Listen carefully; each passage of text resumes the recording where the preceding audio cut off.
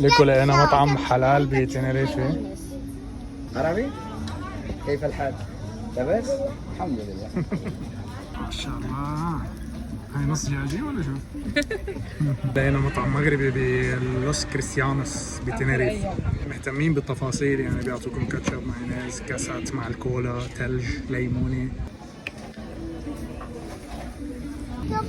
شوفوا الجد.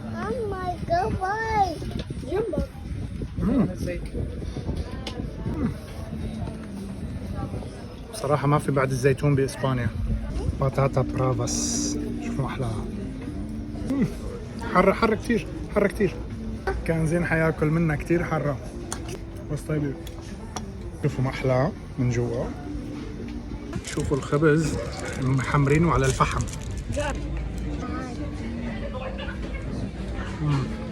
دجاج على الفحم، لازم تجربوه.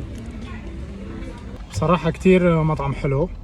4 وجبات أخذنا، 2 برجر و1 طاجين صحن كامل. أخذنا كمان ساندويش دجاج وبطاطا برافاس، والوجبات تقريبا كلها بيجي معها سايد ديش فرنش فرايز و3 مشروبات.